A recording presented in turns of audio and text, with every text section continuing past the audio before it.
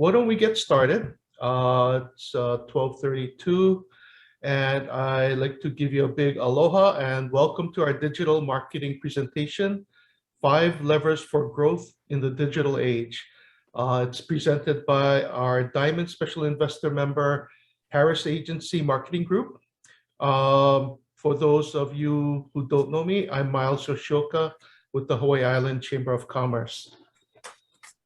Throughout the pandemic, our chamber continues to service our member businesses by providing information on financial and business assistance, our fun online Pauhana social events, which provide members opportunity to enjoy themselves, network with other professionals, and make connections. And critical presentations like today's offered by industry experts whose goal is to help our member businesses survive. I would like to give a shout out in gratitude to our healthcare workers, our nurses, doctors, aides, hospital housekeeping staff, lab techs, and everyone else who helps to care for our sick and our ailing. And really, this also includes our workers' families, or these workers' families, who I'm sure sacrifice in their own way. Thank you all for everything you do. And thank you all for being here today. We'd like to ask that you please mute yourselves, but keep your video on if possible. If you want to enjoy lunch, in private, go ahead. Any questions you have during the presentation may be entered into the chat, and they will be addressed during the Q&A portion. During the Q&A portion, feel free to unmute yourselves to ask your question. We are very fortunate to have the Harris Agency team joining us today from Oahu to share about the 5 levers of growth in the digital age. Doug Harris, he's the founder and chief executive officer of Harris Agency Marketing Group, and his team have been extremely generous towards our chamber, and we have benefited immensely from the beautiful website they designed for us. We've had better member engagement, actually increased membership throughout the pandemic, and been able to offer online event registrations. And those are just a few of the benefits we've gained from them. These guys are good. Okay, so let's get started. Please welcome Doug Harris, founder and CEO of Harris Agency Marketing Group. Doug? Aloha, everybody. Is my mic, can you hear me okay? Perfect. Wave, okay, great. Well, first of all, thank you so much, Miles, for that wonderful introduction. And we'd just like to say aloha to everybody on the Big Island. We're based in Waikiki, Oahu, and but we've been very active and working on the Big Island for the last 17 years. And we're just very excited that we can give back and help out, hopefully. And again, I'd like to introduce Albert in a minute, but I just want to make sure that our purpose today, as Miles reiterated, was to make sure that we can help the HICC members get through this pandemic and thrive in what they're doing. And of course, we know that with the migration towards digital, this is probably one of the best gifts that we can do, that is going to be useful for a whole bunch of different types of businesses, sizes, and industries. So without further ado, I'd like to introduce Albert Borderham. We're very honored to have Albert as part of our executive consulting team in the digital arena for us. He is an amazing digital marketer and a fantastic teacher. And he's based in Manila, in the Philippines, but he's very versed in all of Asia, and he's been working with us in providing expertise to our clients in Hawaii for a period of time now. So Albert, spelled not with Albert, but Albert, originates from the P&G consumer goods giant, with his getting his training and digital experience in working with huge packaged goods companies But he also runs another agency in the Philippines, which works in conjunction with Harris Agency and DigiVortex in Hawaii. So and he was the 2020 Asia's top digital marketer of the year, recognized by the Asia Marketing Federation. And his experience and breadth of expertise is phenomenal. And we've been in awe of what he's been able to bring to our clients. We love his holistic approach in digital marketing, from understanding all the data that's available and engaging all of the tools the different platforms offer. It's a continual evolution of technology, best practice, and there's no one more qualified to talk to you today than Albert. So please give Albert a very warm Hawaiian welcome. And without further ado, Albert Berham. All right, thank you, everyone. Good day to everyone, and aloha. Thanks, Lord, for that very generous introduction. So today I'll be sharing with you the 5 levers. If you're planning to go on digital marketing, there are actually 5 levers that you can always look into. And regardless of your business, actually, whether you do the offline or the online, these are the 5 levers. These are the 5 things. If you do them well, if you really understand the answers to these key questions, then you'll be able to grow your business. So it's a new world out there, with new consumers. I mean, well, it's the same people, but we are really truly evolving around technology, of course, and secondly, around this pandemic. So I'm Albert Budahim, and I love to travel and eat. And I'm sharing this, providing perspective that I've seen the countries are just in different phases of digital adoption or maturity. Even you look into the USA itself, each of the states actually are in different levels of adoption. And the point though is, regardless of the country that I visit, you can truly see that the companies are actually more of half. There's the half that adopts technology and they prosper. And the other half, unfortunately, who does not adopt technology, they are no longer present. So in fact, even the biggest companies, Fortune 500, so this is the Fortune 500 global, 52% of the Fortune 500 firms since 2000 are already gone, right? And this is already Fortune 500. During this pandemic, I have seen several restaurants, smaller restaurants, standalone restaurants, to have closed, and they just disappeared because they couldn't hold that much long lockdowns. So 52% of the Fortune 500 firms since 2000 are already gone. And what I'm hoping is that with this sharing, you'll be able to be part of the 48% that will prosper. Okay. I have worked for P&G. I have worked for L'Oreal. I've also worked for a direct selling company called Avon, and I was part of their business transformation. Now, I was part of their business transformation when we were trying to stabilize the company, which is between 2013 to 2014. Unfortunately, a new management came in and they said like, hey, stop the technology adoption and we're gonna go back to our old ways. And the rest is history. I'm sure many of you have heard about what happened with Avon. They even split into 2 companies. The first company are the unprofitable markets, and the second company being the profitable markets, and they split.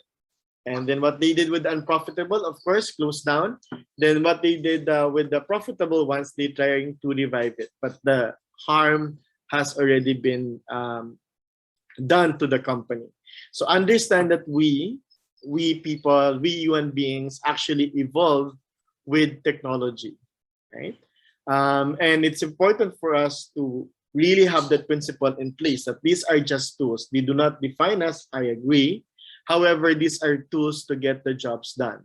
So if you're not adopting the tools to get the jobs done, you will be firstly at a disadvantage until such time that the way you do business might become irrelevant, such as direct selling. Direct selling directly, face-to-face, might be better nowadays if you leverage the websites, no? Such as the Hawaii Chamber of Commerce website, right? It's getting you more members, it's getting you more active members. So how do we future-proof? Every business owner, every business executive, this is the key question to ask. This is what keeps us awake at night. How do we future-proof against the future? And the harder part is that how does that future look like? So I want to share with you this video. It's the future of shopping. And as I share this video, take note of the changes. Now, this video was actually done in China. When I was starting this digital marketing for the region, it was in Procter & Gamble way back 2009. The leaders in digital adoption back in 2009 was the USA, South Korea, and Australia. Okay. However, recently, the one who's leading digital and technology adoption now, in 2009, it was Japan, South Korea, Australia, USA. Now, the ones leading is China. Okay. So what is the future of shopping? And then again, it's just a matter of time. I've been to so many countries. They're just on different stages of adoption. But what is certain is that human beings, people, and society will always adapt the right technology, the better technology. So let's look into this future shopping.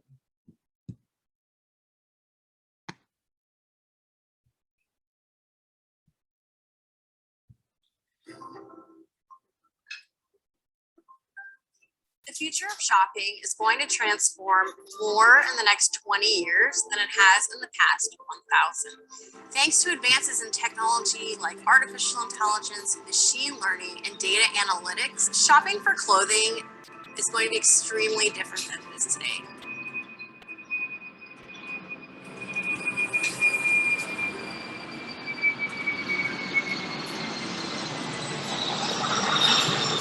Remember from 1995, Cher goes into her closet and she looks at her computer, which is actually a database of everything in her closet, and that's how she picks out her outfit. And that was actually extremely visionary when it comes to the future of clothing, of shopping, because thanks to data, thanks to virtual reality, our shopping experiences in a store will be much different than it is today. When it comes to online shopping today, it's actually quite a flawed experience because sizing is a real problem. You might order 5 of the same dress just to figure out what size you are. But with advances in augmented reality, you'll be able to figure out your size without having to return 5 items to the seller. And so shopping for clothing in the future will be extremely personalized and much less effort for both the customer and the company, who today has to deal with this nightmare of returns in e-commerce.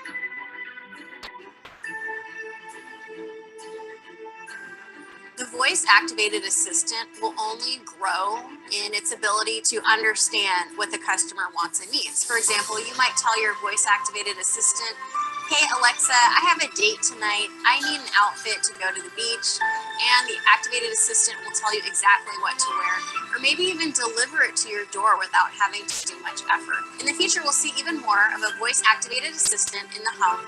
And the truth is that humans can process images 60 times faster than text. So we'll see more virtual assistants coupled with imagery on a screen that can help customers choose whether it's retail or figuring out what to shop for dinner that night.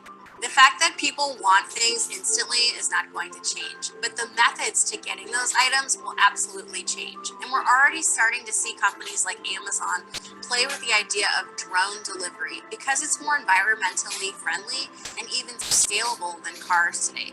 So in the future, we can expect to see even more instant delivery, but scaling that is incredibly hard for companies, but it could be even under 30 minutes. So I think in the future, we'll continue to see more experimentation, getting people items faster, more efficiently, and in a more environmentally friendly manner.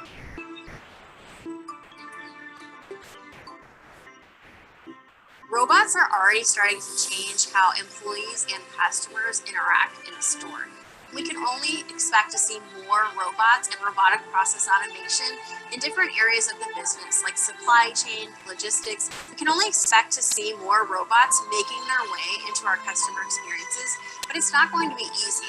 Because even today, employees that have to manage the robots in stores like Walmart are very frustrated with the delinquency of these robots and also the monotony of having to do this day in and day out.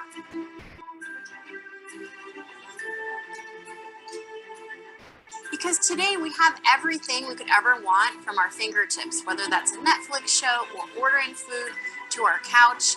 And in the future, we'll see even more on-demand products and services. So it will be even harder to get people away from their homes. And so in the future, brick and mortar will be more about experiences. It's about getting people out of the house that compels them to actually go somewhere and do something. We'll see more concept stores like we see from Nordstrom today, where there's actually no transactions happening at the brick and mortar location. It's more about providing a different elevated experience that's about teaching somebody something or giving them something they cannot get from their own home. And it's also about community, because people still need people. And even if we have a technology-powered society in the future, people still crave human interaction, and we have to leave the house to get that.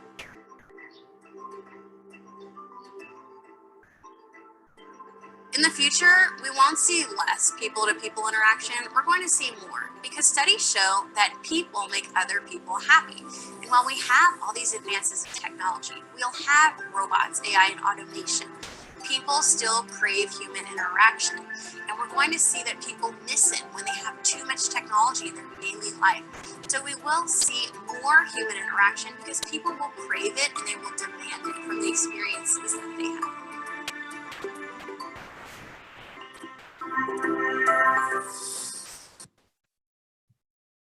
So that's the future of shopping, right? And in many ways, the question to ask now is, okay, where do we start? So where to start are these 5 growth levers. So when we say levers, what are the ones that we can actually switch up, switch down, focus, so that we can attract more customers to prefer our business or transact with our brand. So the 5 growth levers are actually making sure that you have a strong why. Why will people buy from you? Why will people prefer you? The second lever is all about targeting your segment. Who are the kind of people you want to serve? Who are the people whom you have really customized your business for? Then the what. The what is all about looking at the communications lever. What are you communicating to your target market so that you get your customers? When and where is all about the context, and the how. How do we generate customer satisfaction and referral, or the Net Promoter Score, or NPS?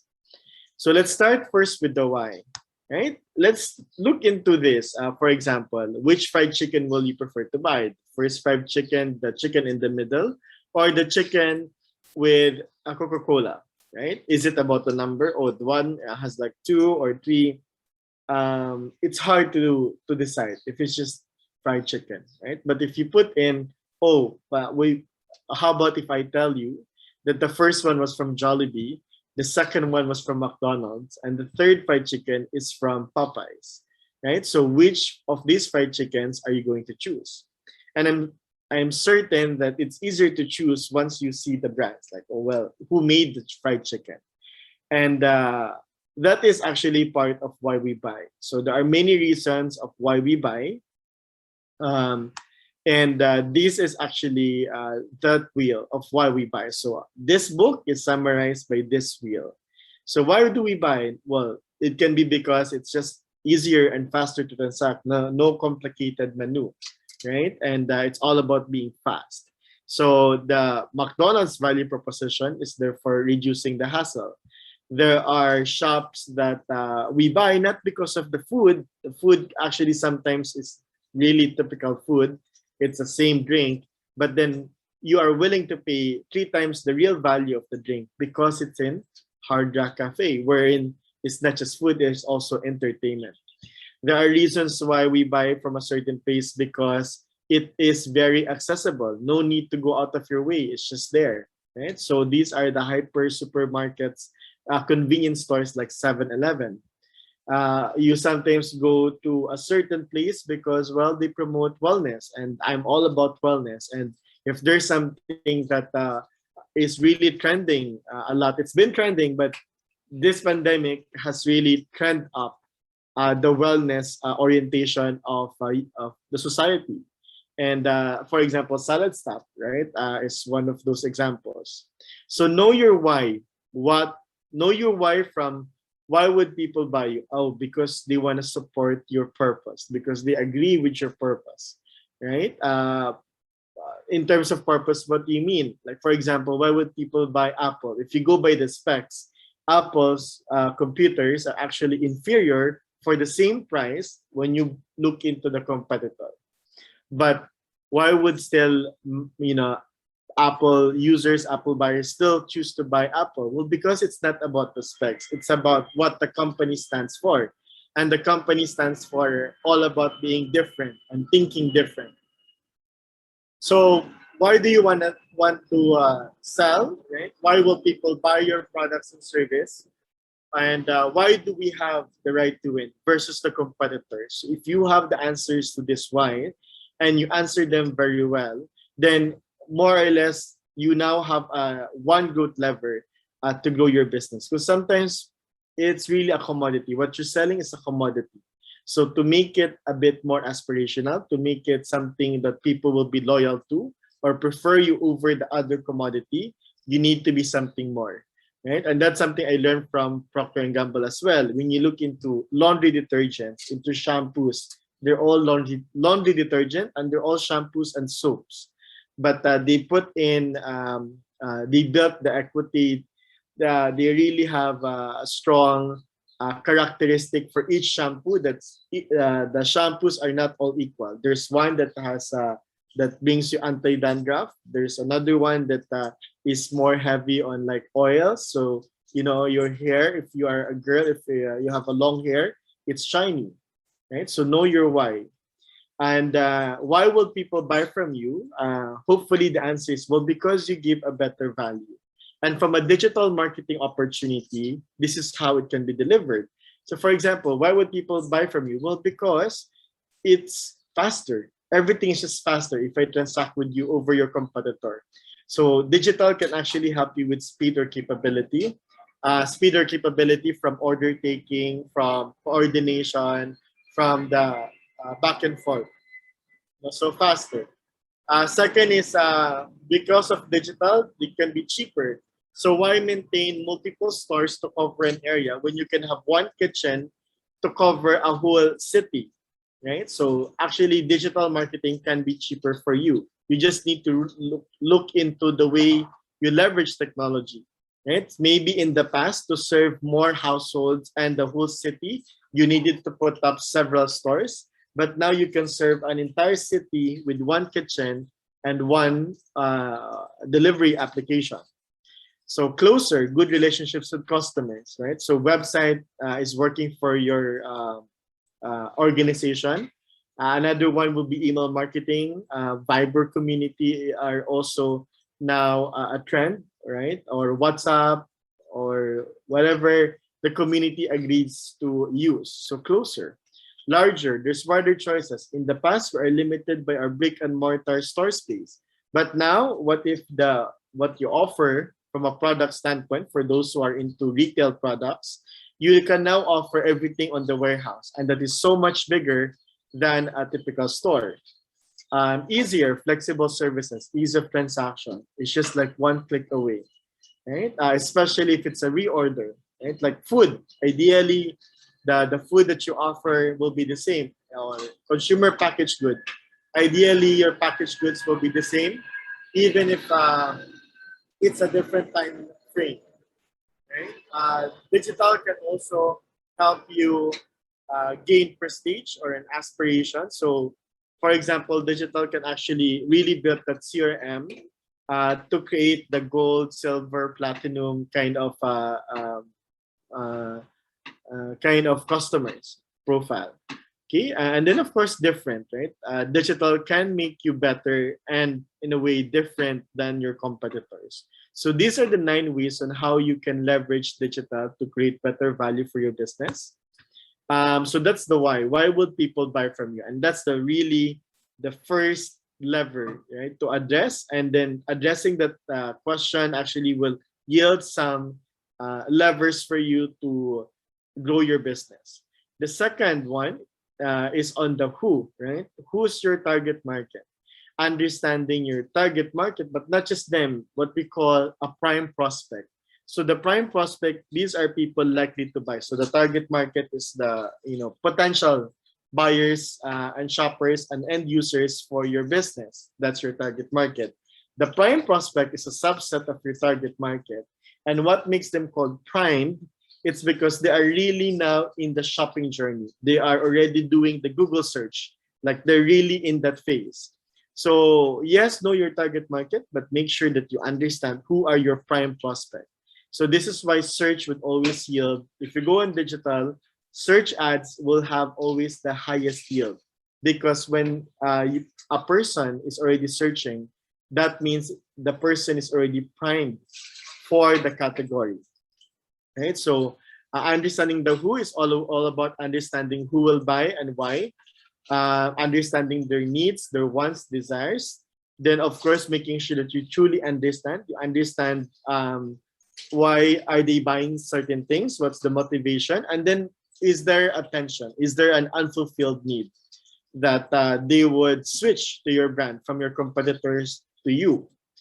So again, understanding your who is all about will the target market buy what you are selling at the price you are asking versus competition, and then understand your path to purchase in a way that you're not just dealing with the potential market, but already looking into the market that is ready to buy, ready to purchase, because they're in already the prime stage. Targeting is all about the likely to buy versus the current buyers. So again, it's all about in the past we talk about the target market.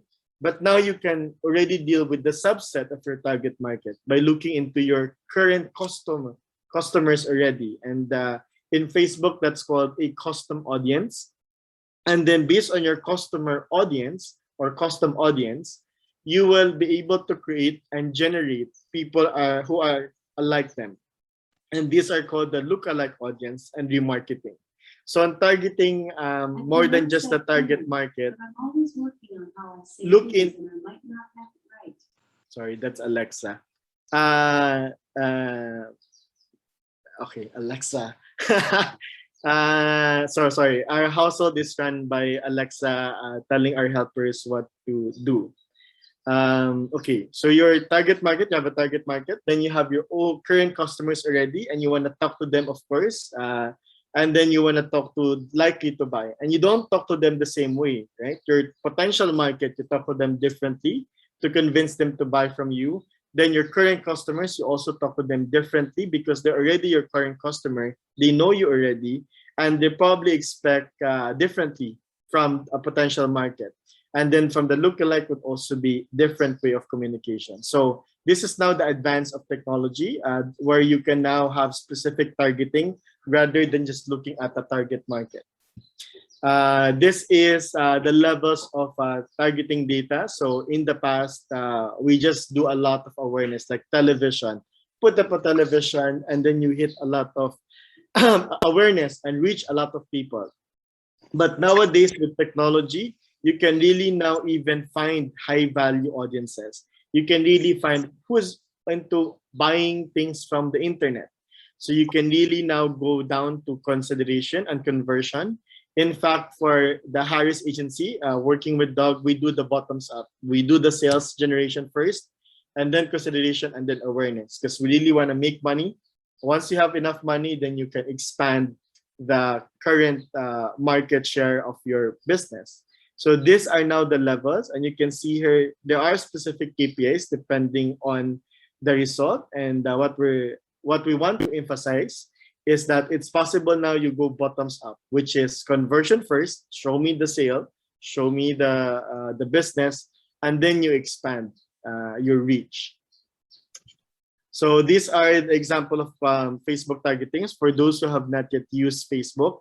more than looking into age and gender, you can really customize, right? So this is your choose a custom audience source. It can be your website traffic, it can be your customer list, your offline activity. Let's say you had a party and you collected emails, app activity. It can be people who viewed a video, people who signed up for you, people who have been shopping from you. And this is now the kind of technology that is helping us. So certainly it's more behavioral rather than just demographic. So demographic is that, oh, you must be my market because you're male or female and belong to the age, right? That's old targeting. The new way of targeting is behavioral, based on what you have done in the past, whether that's visiting my website, joining my event, or watching a video, attending a video, check on a link, or look into my Instagram account. I can target you, right? And I can talk to you differently depending on the behavior. That's your custom audience. From this custom audience, so let's say, oh, I want to create a profile of those who have been shopping from me and find their lookalikes. So for example, 1,000 current buying customers can actually find you 1 to 10 million of lookalikes, right? Of course, I understand Hawaii is a much smaller market, but once also this hopefully pandemic is done soon, you get a lot of tourists, and so it's very crucial that you attract them and make them know about your business even before they arrive in Hawaii. Or for those who are in Hawaii, you want to make sure you even know them, because sometimes someone is shopping around but we don't know them, right? And that's where the website activity can help you as well to target those people. So on Google also used to operate on just target market. Now we can do remarketing and custom audience at the same time, right? So we can target multiple region keywords, remarketing, topic, and core audiences. You can see the list over here, similar to Facebook. So that's really how advanced it has become now. So rather than just doing demographic, it also now very much behavioral. These are all the other things that one can target, whether it is targeting travelers or really shoppers in Hawaii. Right? So this is called the affinity. It's based on what they consume. It's based on what they look at. So of course, everyone's consuming now news and politics and probably about health, right? But probably these two markets will be a key market for you, and know that you can target them just really by profile. Customer match is when you have a Gmail of your customers and you upload them in Gmail, and now you can really, the word is chase, right? You can follow through the customers that you have to remind them, whether it is a service renewal, membership if you have a club, or for those who have a dentist, for those who have a dental clinic, you can also remind them, right? So customer match. Similar audience again, you have a high value customer and you want to have more of this high valued customer. Usually the high valued customer gets the data from your CRM. So you upload your CRM and you tell that these are my high valued customer. The Google will match the emails, and then they'll find the other people who more or less have the same activity. Okay. So that's the who, right? So, and we spend a lot of time on the why and the who, because these are the top levers for you.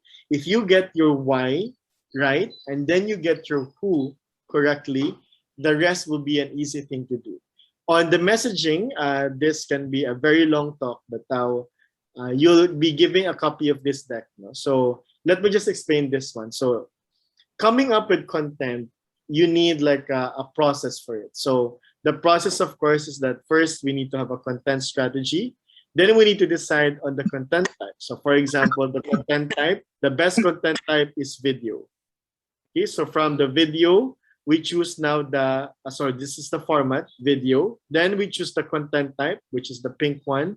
And let's say from the video, let's say it's about, it's a dental clinic. So maybe I'm gonna go for testimonials, right? That, hey, my dental clinic actually provides amazing service. And this is how some of my customers are happy with my service. And this is also how, it actually looks like before and after. Okay. So from testimonials content type, you now decide platform. Where do I upload it? The testimonial will be in my website and of course across my social media assets or YouTube, Facebook, of course with the consent of the customer or of the patient. Then once you decide on the platform, the next one is on the metrics. So how do we know it's working?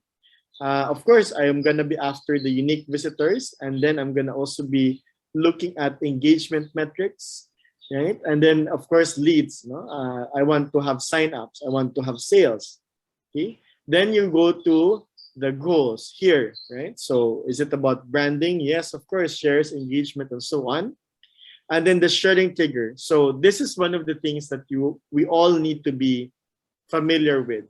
So viral marketing is all about making sure that your content is worth sharing. So what makes something viral is when it has a very strong sharing trigger, which is this one. So was it funny?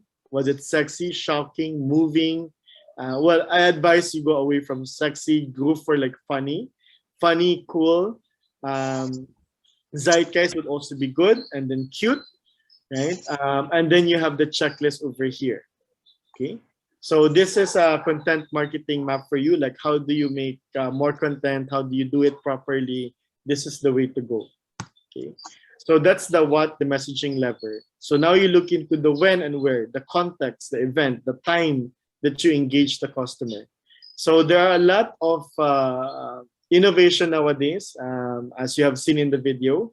And there's a new set of expectations, right? Going anywhere, anytime, being accessible anywhere, anytime is exactly the Omni principle. Omni stands for all, right? So like all options. It's not about choosing, do I have an online or offline? It's an all. That's what Omni stands for. Then it's all about being real time. Do I need to wait for 24, 72 hours? Do I need to wait over the weekend? Or you can tell me now, right? There's also third, it's all about being a platform. Do I really have to own the car, or I can access the car? Do I really have to own the property, or I just want to use it for the weekend or for, you know, a certain birthday party or a certain occasion for the family? Crowdsourcing, crowdfunding, right? Mobile banking, crypto. These are all the things that actually the context now is being changed.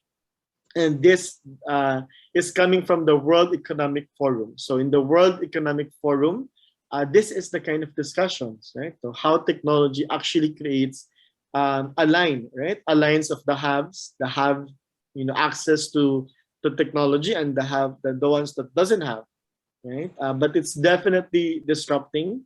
So if you don't want to be disrupted, then you better be with the, you know, adapting technology. So where to play, right? Is it a matter of choice? The answer is like, no, it's not a matter of choosing. It's a matter of being everywhere they're shopping, because there are people who shops on .coms, there are people who shops on Facebook, people who prefer to shop offline, go to you, meet you, different kind of people. And so what we need to do is for our business to be able to serve as many customer profile as possible. Do you have young people who prefers the transaction to be no relationship at all? They just want to, you know, buy. And then you have the more experienced people who want to do certain things, who want to make sure they trust the person or the company they're buying from. So experiences. So it's not an or. The goal is to go omni, which is all of it, to be accessible and available to the customers. So where to play? Shall I build my own website? Well, then you have to really visit on what is your core business, right? In terms of the choices you're gonna do for digital, do I outsource to Harris agency, or do I build my own team? The question is, what's your core business, right? So if it's not your core business, you get somebody that's the core business, correct?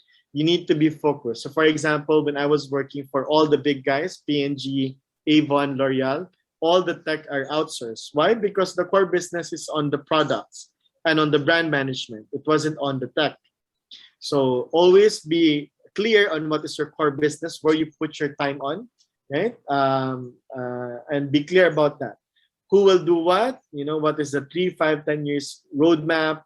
What is the roadmap, and what are the targets? So that needs to be very clear. It's not just about buying a website, building a website, or putting your product out there. There has to be a good plan. There has to be a clear plan.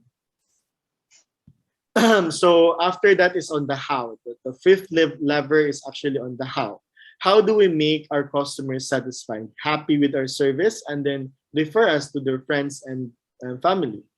Okay, so how do we win? Okay, and are we set up for success? Okay, so classic management lessons will be your PDCA. We need to plan, we need to do, control, and then adjust, right? We have to be clear about the key result areas and the key performance indicators. So obviously, this is something as an agency, this is what we provide. But for you, should you decide to do in anything that you do, make sure that winning is clear. And winning is not about just playing the game, right? So winning, most of it is actually all about setup, especially on digital marketing. A lot of it is how it was done, how it was set up, how you were prepared to win over your competition. Okay, so setup is very, very crucial. You can have a website, but if it's all images and the back end is not readable by the search crawlers, then you'd lose. Even if you have nice image, guess what? The machines cannot read images. They read the programming. They read the codes. Okay, all the targeting I shared with you earlier needs to be set up. The pixels, the cookies, the tags, they need to be all set up and lined up so that they can communicate with the other machines. So with digital marketing, know that setup is crucial. Even in your business, let's say you have a restaurant, right? You have to plan well the restaurant, the location, how it's going to look like, what will be the experience, and so on. What will be the menu? So the same thing with digital. The setup is very, very important. And that's how you win, right? In terms of the setup, what exactly to consider? Of course, you need to consider how to drive traffic into your digital asset, whether that is a social media page or a website. Then if you are retail, if you're into product retailing, you have to look into the merchandising, people placing order, and each area actually. So you have here, what is the area? So you have drive to site, placing order, order processing, all the way to loyalty. Then the ones here in the middle are your activities, right? So what are the activities to drive to site? That's where the ads and the media comes in. Placing order is your merchandising, all the way to loyalty. It's not just about communicating to them. It's about also helping them by offering them some help. Maybe something that would complement, right, the current or the previous purchase they've had. And then for each column, you have here the metrics. So for drive to site, it's all about click-through rate. So the ad relevance, you showed your ad to 100 people, how many responded? So minimum is that for every 100 people you show your ad, there should have been 1% or one person responded to you. So you have the CTR, CPC, cost per click, CPT, cost per traffic, cost per person who enters your website, your add to carts, of course, the checkouts versus the cancellation, your ratings and review to the referral and the repeat rate. Okay, underneath, you really have your two KRAs. Now, the two key result areas is number one, when you have a campaign, if you have a marketing initiative, what is the conversion rate? And on the other hand, if you're not running a campaign, what is your organic growth, right? Like you yourself, because of your amazing product, because of the very good service, your company grows with your current customer. So it's just really two things. And these are one of the first things I've learned when I was at P&G. My marketing director said, Albert, marketing is easy. There's just two things. There's new customers and current customers. Never abandon your current customer because this is what guarantees our salaries today. And then your new customer is what would guarantee that we all get a salary increase. Right? So just two sides. And then I moved to L'Oreal and they have an amazing policy as well. See, a lot of companies, all they look out for are new customers, but they fail to stop the leaking bucket, right? Or minimize the bucket or the business, the customers going out of the business. Okay, so just two things. The campaign conversion rate is when you try to get new customers into your business. And then your organic growth is the customer service excellence, keeping your customers within your business already. So just two things. No? So these are the things on how do you win across driving awareness, consideration, purchase, and loyalty. So that's about it. I was asked to only present for 30 minutes. If you have more questions, feel free to email our digital operations head, Gavin Simon. And this is his email, gavin@digivortex.com, and his mobile number. So with that, happy to take on some questions if you have.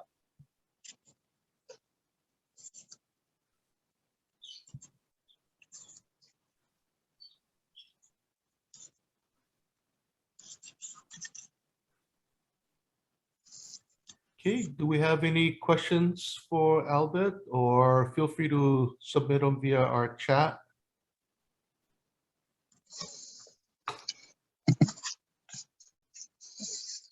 I just have, Ms. Kurt Sharp, I just have a couple of comments. Number one, is a very good presentation, very detailed. And number two, I think from my experience, the biggest focus point in any business endeavor is supporting and understanding your current operating customer group. You can never put those on the side. And it's one of the biggest problems that companies have today. They keep going after new customers when they've got people that are paying the bills in the background that are eventually just leaving the organization. That's all I've got to say. Very good presentation. Thank you for the feedback. And yes, I agree. Yeah, so you can just go left and right, right? So when they say when you enter a fight, you just go with 2 hands up, right? So yes, you job your new customers, but make sure you don't forget your main customers, your current customers already. Yep, correct. You're a boxer, Huh? Yes, Manny Pacquiao. Hey, good man. Yeah. Okay, so if I'm sure if you're not comfortable asking the questions now, feel free to email us at Harris Agency, and we'll be happy to help you. We're also quite generous on sharing some tricks and tips that we get. We're a partner with Facebook. We're also a partner of Google, and they share us a lot of tips and some guides that you guys, I'm sure, can also benefit from. So just email us. Doug is a very generous guy, and we'll be happy to help you. Thank you. Thank you. Oh, thank you, Albert. I know our guests have pocketed some useful information and some takeaways that will help their businesses. Would like to thank Doug Harris and his great team at Harris Agency Marketing Group, who continue to support our chamber with the highest level of service, and they do a great job in servicing and taking care of their customers.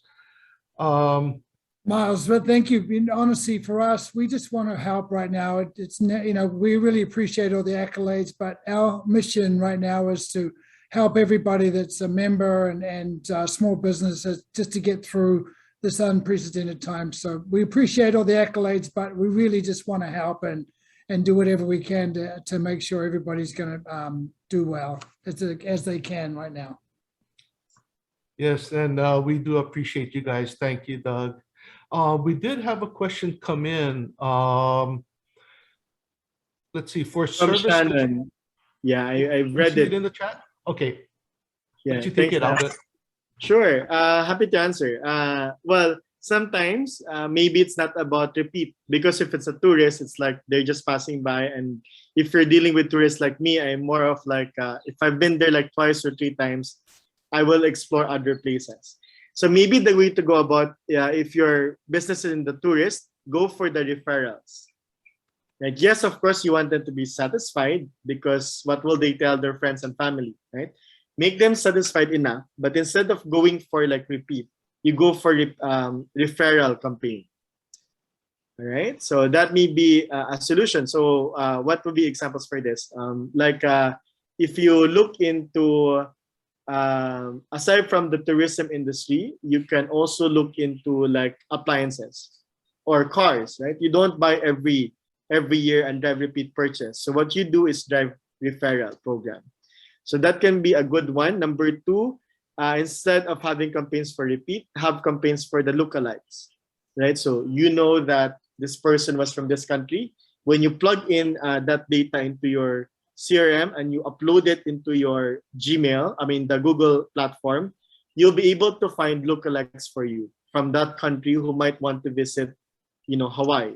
So again, it's maybe it's really making sure you know your customer enough to create lookalike and to be able to ask technology, hey, find me more of this type of customer. Yeah, I just know that tourism might not be the case. There's one more question on political. What about political campaigns? How do you attract voters? How do you brand yourself? So, okay. For political campaigns, again, you go back to always segment. If you've heard of the Cambridge Analytica scandal, it was really because customer data was shared in a way that they get profiled. But the point of the capability, whether it is for politics or for your business, is to always understand segments. So for example, I work with big markets like, for example, Philippines alone is a big market, 110 million population. It's all about segmenting it down to the 3-5% of the total population. You ain't dealing with a targeted market or segment when you're dealing with like 40-50% trying to reach these people.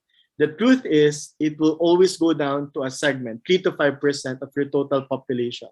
So the same thing with political campaigns. You have to be very clear on what will be your approach per segment, because each segment will have a different decision criteria, will have a different purchase criteria. And that's why politicians sometimes have to promise a lot. Why? Because you have to attract the mothers have a different concern versus the fathers. The fathers and the parents have a different concern versus your young professional, right? Versus the ones who are in the silver age. So you really have to profile the segment and then attract the voters by segment. Yeah.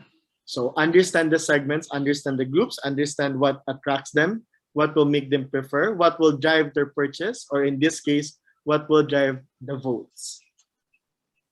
I did not mention your name. I'm not sure because it was a direct message. I'm not sure if you want me to mention your name, but I hope it helps. It's always about segment. And that was the Cambridge Analytica. They were able to hack on the private profiles and the conversations and then create segments. And it was that segments that they were able to say like, these are our policies that we will have so that we get the votes of these people.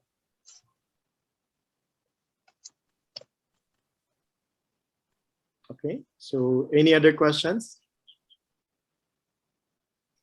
Yeah, so again, I want to reemphasize also those levers are in the order. So why will people buy from you? Or in politics, why will people vote for you? Right? Always the first question to address is the why. Then once the why is done, I'm clear about what I stand for. I'm clear about what I want to achieve. Then you go with the who. Right? Who exactly will buy? Who will exactly will purchase from me? Who exactly am I trying to get the vote or get the referral from? So it's the why, the who, and then you figure out your what, your messaging. Then once the messaging is in place, you now identify what's the best time and the best place to talk to this person. Okay, and on digital, the digital knows, Facebook and Google knows. Obviously, it's when they are signed in. Obviously, it's when they are consuming a certain type of content. The when and the where. And then the fifth one is the how. So on the how, what I just want to emphasize is the setup, the quality of how it was done, right? Because it's not just about execution. Sometimes we as people, we are biased for visuals, but the machines, it's all about the codes. It's all about what you told them to do. If you did not told them to do something for you, you will not do it. So it's all about the setup, and make sure you have really programmed the machine to do things for you. It's not automatic, unfortunately. They also cannot read people's mind, right? I mean, we people cannot read each other. I can never read, especially my wife. I wait for her, the gifts are always a hard, a struggle for me. Like, what exactly does my wife want? And it's supposed to be a surprise. No, but even for human beings, it's hard to read what we want from each other. So more especially the machine, they don't have that capability. So I want to emphasize on the how is your programming, the quality of what you told the machine to do. Because the machine can be very good if the instructions was clear. It can also be very stupid if you did not told them anything at all, or you were not clear and you were not specific. So hopefully the session today would help you. And again, as what emphasized earlier, it's also about making sure you are serving your current customers, and then the current customers to be base of your expansion, right? Don't talk to strangers. Talk to your customers first, then you expand for likely to be customers. Yeah. So stop the target market. Customers, then the lookalikes. That's how we should talk about it. Thank you.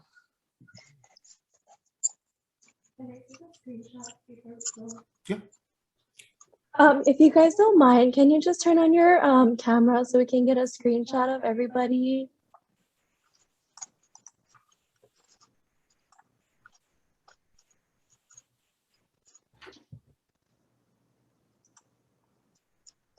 Okay, just waiting for a couple more to turn on their cameras, and then we will take a screenshot.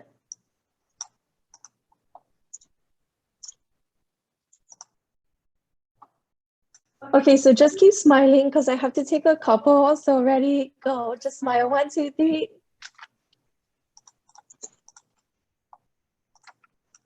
One, two, three.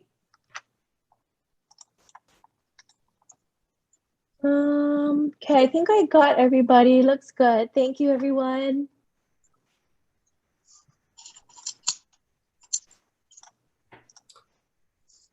I love the backgrounds. Everybody's getting so fancy. One last note, we will actually email Albert's presentation out to everybody. So don't worry about the notes and stuff. We'll send that out to you. It'll be tomorrow. Thanks, Doug. Appreciate it. Okay, I think that's the end of today's presentation, but again, reach out to the Harris Agency if you have any questions. We will be on for a little while more, so if you guys want to hang around, talk story, connect, this is your time. We just call it virtual freestyle networking, I guess. So yeah, Taylor and I will be on, and if you guys want to hang with us, great. But thank you for joining us today, and stay tuned for more presentations to help your businesses. Again, thanks to the Harris Agency Marketing Group for putting this on, and we appreciate this partnership. Albert, thank you. Thank you very much. You're welcome.